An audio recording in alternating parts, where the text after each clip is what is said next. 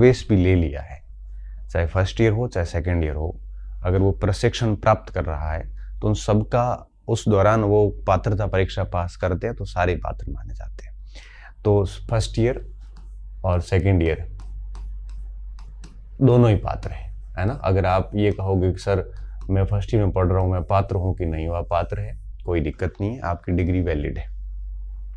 अगर आप second year में तब भी वैलिड है, फर्स्ट ईयर में है तब भी वैलिड है, डिग्री पात्रता की वैलिड है। हाँ, मुख्य परीक्षा का इनका रूल्स रहता है, कई बार परीक्षा डेट तक चाहिए होता है, कई बार फॉर्म की लास्ट डेट तक मांगते हैं। वो इस बार क्या मांगेंगे, वो जब परीक्षा की मुख्य परीक्षा का जब विज्ञापन आएगा तो उस विज्ञापन में हमें पता चलेगा कि इन्होंने क्वालिफिकेशन की लास्ट डेट क्या मांगी है। ठीक है, आप पात्रता के लिए फर्स्ट ईयर सेकेंड ईयर के दोनों एलिजिबल, इसलिए इसकी ढंग से तैयारी करना, क्योंकि पात्र हो जाते हैं तो मान लो कि इस भर्ती मुख्य परीक्षा में आप पात्र नहीं हो पाते हैं, आपकी क्वालिफिकेशन कम रह जाती है, तो 27 में वापस वैकेंसी आएगी, क्योंकि ये गवर्नमेंट 2 वैकेंसी तो करेगी, तो उसमें आपकी पात्रता हो रखी होगी, तब आपको पात्रता पे टाइम देना नहीं पड़ेगा, आपको केवल मेंस पे फोकस करना पड़ेगा। तो आपका पहले एक चरण पूरा हो रखा होगा तो एक कॉन्फिडेंस रहेगा, इसलिए आप सभी पात्र हैं और बढ़िया से तैयारी करते रहे। और बाकी रीट का विज्ञापन आज या कल में आ जाएगा तो उसमें और भी चीज़ें सारी क्लियर हो जाएगी। वैसे मेरा जो नॉलेज है वो ये कहता है कि फर्स्ट ईयर वाले भी पात्र, एनसीटी खुद यही कहता है कि एडमिशन बीएसटीसी या बीएड में लेने के बाद वो जब भी रीट पास करेगा उसी दिन से वो पात्र मान लिया जाएगा, चाहे वो फर्स्ट ईयर की कक्षा हो चाहे सेकेंड ईयर की कक्षा हो, कोई दिक्कत नहीं, फिर वो पात्रता आजीवन रहती है।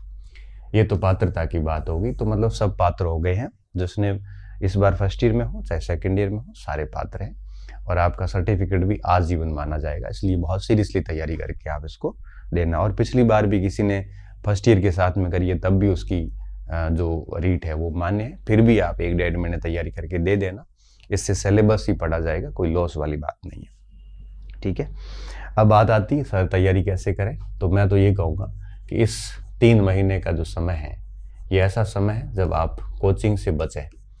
क्यों? क्योंकि कोचिंग कब काम करती है, जब आपकी परीक्षाएं 1-1.5 साल बाद हो। अब 3 महीने, कई सारे बच्चे मुझे पूछते हैं सर बैच लोगे कि नहीं लोगे, मैं बहुत स्पष्ट मना करता हूँ।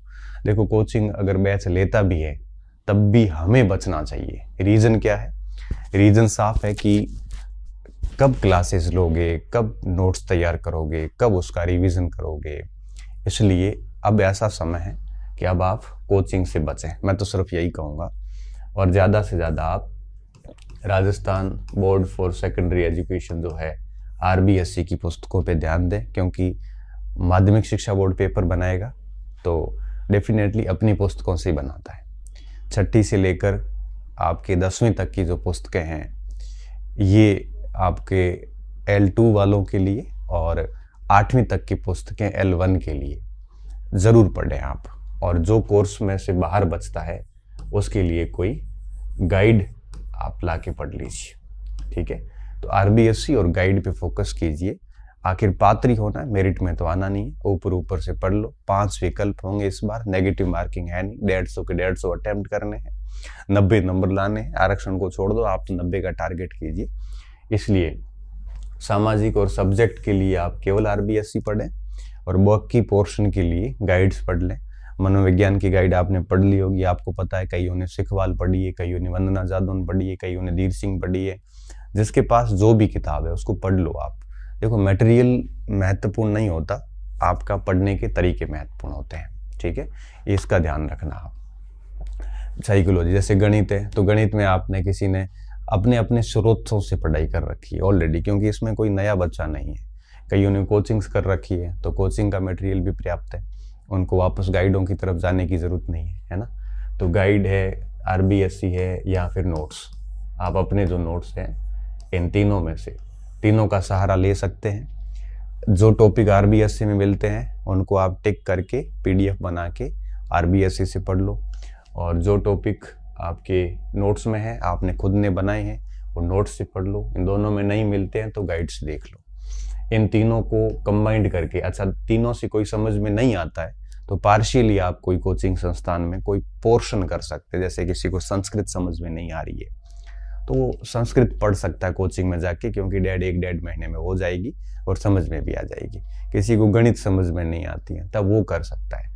अब आप फुल बैच की बजाय पार्शियल बैच ज्वाइन करके कुछ पार्ट है वो तैयार कर सकते हैं। इस चीज़ का आपको ध्यान रखना है, ठीक है।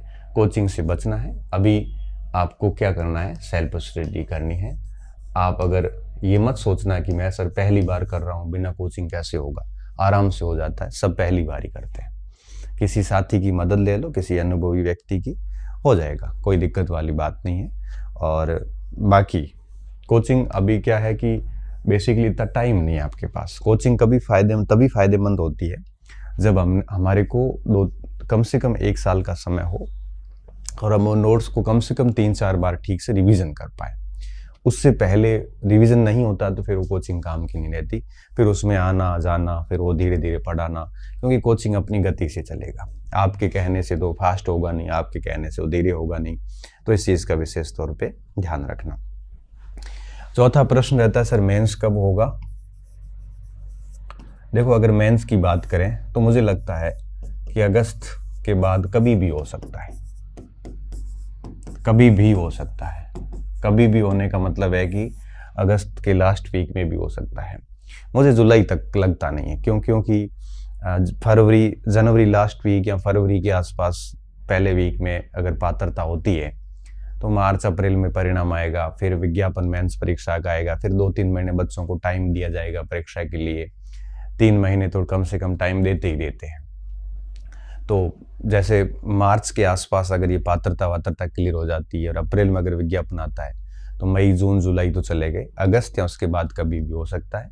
तो आपको प्री के बाद में भी कम से कम 7-8 महीने का समय रहेगा। पैटर्न सेम रहेगा, कोई बदलाव नहीं रहेंगे मुझे जहाँ तक लगता है। आरक्षण वगैरह का कुछ इस बार है नहीं, मुझे लगता है ऐसा। मैंने पहली भी कहा था कि इस भर्ती में शायद ही आरक्षण दे, फिर भी कुछ सरकार का कह नहीं सकते, लेकिन पैटर्न सेम रहेगा, डरने की जरूरत नहीं है। और ठीक है, थोड़ा मोटा कोई इधर उधर होगा तो सिलेबस तो वही रहेगा, ज़्यादा कुछ फर्क पड़ना है नहीं, ठीक है। अब ये बातें तो क्लियर है। अब बात आती है कि आप इसको टाइम मैनेजमेंट अच्छे से करना। अभी आपके पास में 90 से 100 दिन का टाइम बचा हुआ है और इन दिनों को आप बढ़िया से अगर यूज़ करेंगे तो आप मेंस का भी 50% कोर्स कर लेंगे और पात्रता भी बढ़िया से कर लेंगे। एक मिनट की वैल्यू है, आप बिल्कुल ख़राब मत करना। मैं सिर्फ यही कहूँगा, जैसे 2 स्टूडेंट हैं, एक स्टूडेंट 10 घंटे पढ़ता है, एक स्टूडेंट 6 घंटे पढ़ता है, एक स्टूडेंट मान लो कि 4 घंटे ही पढ़ता है, तो 10 घंटे वाला 1 महीने में 300 घंटे पढ़ लेता है और 6 घंटे वाला 1 महीने में 180 घंटे पढ़ता है। मतलब क्या हुआ? मतलब ये हुआ कि 10 घंटे वाले ने 1 महीने के 2 महीने कर लिए और 6 घंटे वाले ने 1 महीने के 15 दिन कर लिए। तो अभी सबको समान टाइम मिलेगा। अभी आपके ऊपर तय होता है कि आप 1 महीने इस 100 दिनों के 200 दिन करते हैं या 100 दिनों के 50 दिन करते हैं। अगर आप मोबाइल की दुनिया में खोए रहेंगे तो तय बात है कि आप इन 100 दिनों के 10 दिन करेंगे। आप इस कमेंट्री से दूर रहना। अगर आप ट्विटर पे जाओगे या किसी भी जाओगे तो अब कुछ दिनों में एक गैंग एक्टिव हो जाएगी परीक्षा आगे बढ़ाने वाली। आप अगर उस कमेंट्री का हिस्सा बनेंगे तो आपकी पूरी ऊर्जा उसमें व्यर्थ हो जाएगी। हासिल कुछ होना नहीं है, जो होना है वो होके रहेगा। गवर्नमेंट आपकी बात मानती नहीं है, ना आपको कोई सुनता है, ना आपको कोई पूछता है। आप अपना टाइम खराब करेंगे। उसी समय हजारों बच्चे पढ़ रहे होते हैं, आप प्रोटेस्ट कर रहे होते हैं, टंकी पे चढ़ते हो आप, और पीछे बच्चे मेहनत कर रहे होते हैं और टंकी वालों का होता नहीं है और मेहनत करने वालों का हो जाता है। इसलिए कह रहा हूँ कि आप उस कमेंट्री का हिस्सा मत बनना। आप अपना समय सोशल मीडिया से मत खराब करना। मैं भी आपका समय खराब नहीं करूँगा। आज आया हूँ, इसके बाद परीक्षा के समय एक बार आऊँगा और बीच में एक बार अगर मुझे लगेगा कोई बड़ा डाउट क्रिएट हो गया है तब 10-15 मिनट के लिए आऊँगा। तो पूरी इस रीट की जर्नी में 3 महीनों में 3 बार हो सकता हूँ मैक्सिमम, चौथी बार नहीं आऊँगा। आज के बाद एक बार और आया आऊँगा, नहीं तो फिर सीधा परीक्षा के 1 दिन पहले आऊँगा, पेपर कैसे अटेम्प्ट करना उसके लिए, ठीक है। तो आपके पास में 100 दिन है, तो 100 दिन के मैं तो यही कहूँगा 200 दिन बनाना। सुबह जल्दी उठो, रात को लेट सो, दिन पूरा पढ़िए। इस मोबाइल को इस तरह से साइलेंट करके साइड में डाल दीजिए और कहीं से यूट्यूब वगैरह, ये अब marathon classes online free batches वगैरह बेशुमार मार्केट की प्रोपेगेंडा चलेंगे, मार्केटिंग चलेगी। आप इन सब से बचना, मैं तो सिर्फ यही कहूँगा, क्योंकि आप 10 घंटे वीडियो देख के जितना हासिल करोगे उतना आप 1 घंटे किताब पढ़ के हासिल कर लोगे। तो 9 घंटे क्यों अपने टाइम खराब करने। सिर्फ और सिर्फ अभी आपको RBSC की किताबें, एक आधी गाइड कोई भी ले सकते हो। नाथ की किताब भी अच्छी आती है और च्यवन प्रकाशन की भी अच्छी किताबें आती है, और भी आपको मार्केट में खूब सारी पुस्तकें, गाइड्स है तो सारी एक जैसी होती है। नाथ वाली ज़्यादा मुझे ठीक लगती क्योंकि वो टू द पॉइंट टॉपिक के अनुसार लिखते हैं, थोड़ी अपडेटेड भी होती है और अपने नोट्स बने हुए हैं, तो फिर गाइड की ज़रूरत नहीं है। नोट्स के साथ RBSC को देख लेना, ठीक है। इन दोनों में से एक कर लेना, और ये RBSC तो अनिवार्य रूप से करना, और कोचिंग अब ज्वाइन करना मत, ठीक है। बाकी मोबाइल की दुनिया से दूर चले जाना। 3 महीने सौगंध ले लो कि मैं बहुत ज़्यादा ज़रूरत थी तभी इस मोबाइल को देखेंगे, अन्यथा नहीं देखेंगे। अभी आप YouTube के अंदर ऐसे आपको आकर्षित करने वाले ऐसे विज्ञापन आएंगे कि ये हमारा फ्री बैच है, ये हमारी फ्री किताब है, ये हमारा 15 घंटे का महासंग्राम है, मैराथन है। मुझे तो बड़ी दया सी आती है उन बच्चों पे, जब 5-5 हज़ार बच्चे लाइव और होते हैं। क्यों समय खराब करते हो। बेहतर है किताब पढ़िए। हालांकि आप मेरे विचारों से असहमत नहीं है तो कोई बात नहीं, आप मैराथन देखिए, आप आराम से फ्री बैचेस करिए, कोचिंग जाइए, मैं मना नहीं करूँगा। लेकिन मेरा व्यक्तिगत अनुभव ये है कि ऐसे समय में केवल यही सहायक होते हैं, ये फ़ायदे नहीं देते। क्योंकि मैं खुद कोचिंग चलाता हूँ, मैं खुद YouTube पे हूँ, उसके बावजूद भी अगर मैं ये बात कह रहा हूँ तो निश्चित तौर पे बहुत अनुभव और बहुत हिम्मत करके बोल रहा हूँ, ठीक है। तो टाइम का मैनेजमेंट करना, सुबह से शाम तक 10 घंटे, 12 घंटे, 15 घंटे जितने आप पढ़ सकते हो पढ़ना। मरने से किसी की मृत्यु हुई नहीं है, और जितना पढ़ोगे उतना ही परिणाम मिलेगा। शानदार पढ़ाई करोगे तो शानदार परिणाम आएगा, पढ़ाई खराब करोगे तो परिणाम भी वैसा ही आएगा। तैयार रहना उसके लिए, ठीक है। फिर क्या है कि ये जो मार्केटिंग की दुनिया है, ये आपकी असफलता की जिम्मेदारी नहीं लेगी, ये आपकी सफलता का क्रेडिट ले सकती है। 100 में से 1% आपको बता के कहा जा सकता है कि मेरे कंटेंट से हूबहू छपा। जो 50 बाहर गए हैं टफ प्रश्न, वो नहीं कहा जाएगा आपको। मार्केटिंग है, समझिए इन चीज़ों को, बहुत बढ़िया से पढ़िए।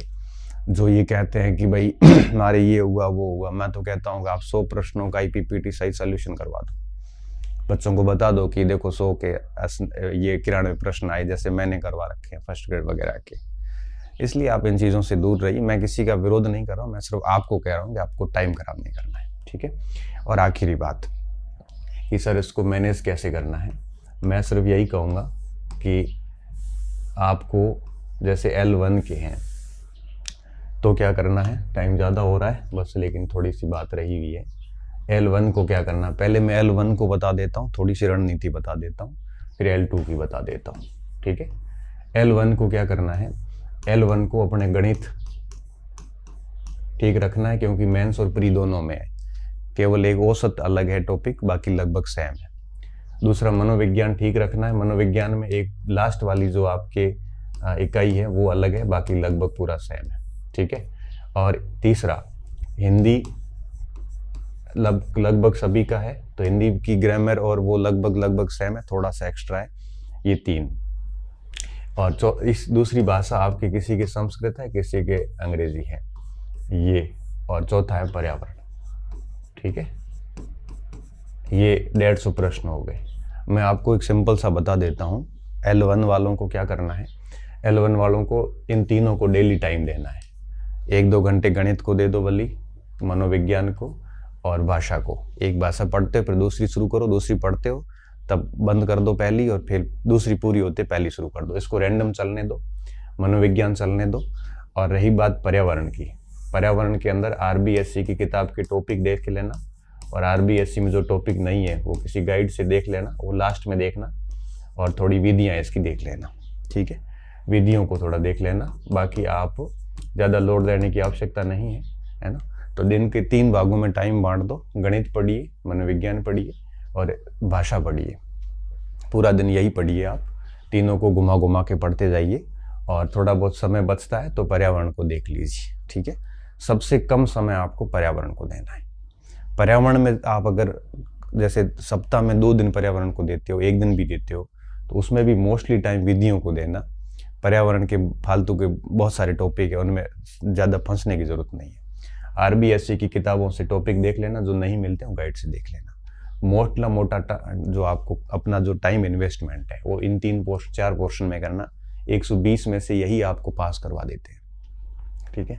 तो सबसे ज़्यादा ध्यान इस पे रखना है, गणित, मनोविज्ञान। और मनोविज्ञान पूरी होती है तब पर्यावरण की विधियाँ कर लेना, और विधियाँ पूरी होती है फिर वापस मनोविज्ञान कर लेना। दिन के समय को इस हिसाब से बांट लो। हिंदी पूरी होती है जब संस्कृत पढ़ लेना, संस्कृत पूरी होती है तो हिंदी पढ़ लेना। और अगर आपको लगता है कि सर संस्कृत और हिंदी साथ में चलेंगे तो पूरे दिन को 4 भागों में बांट के भी पढ़ सकते हैं, सेल्फ स्टडी वालों के लिए। कोचिंग वालों को कोचिंग के हिसाब से चलते रहिए, वो अपने आप आपको मैनेज करके करवा देंगे, ठीक है। अब बात आती है L2 की। L2 की एक तो सब्जेक्ट है आपका SST या जो भी आपका विषय है वो है। इसके लिए आप बेहतरीन सबसे बढ़िया तरीका ये है कि आप RBSC की जो किताब है ना, उनको कंप्लीट करना, क्योंकि इसी से प्रश्न आते हैं। 6ठी से 10वीं तक की सामाजिक पढ़ लो, पूरा पेपर SST का उसमें से आ जाता है, ठीक है। और फिर क्या बचा, फिर ये भाषा बची और मनोविज्ञान बचा, ठीक है। अब जो मनोविज्ञान है वो आप पढ़ते रहिए साथ में। तो आपको क्या करना है, दिन को 3 भागों में बांट दो। 2-3 घंटे आप RBSC को दे देना, 2-3 घंटे भाषा को दे देना, 1-2 घंटे मनोविज्ञान को दे देना। तो देखो, पहला और तीसरा जो पार्ट है ये तो आपके मेंस में भी काम आएगा और सेकंड ग्रेड में भी काम आ जाएगा। अगर आप भाषा के स्टूडेंट हैं तब आपकी सभी काम आ जाएंगे साथ में, ठीक है। तो इस हिसाब से इसको मैनेज कर लो।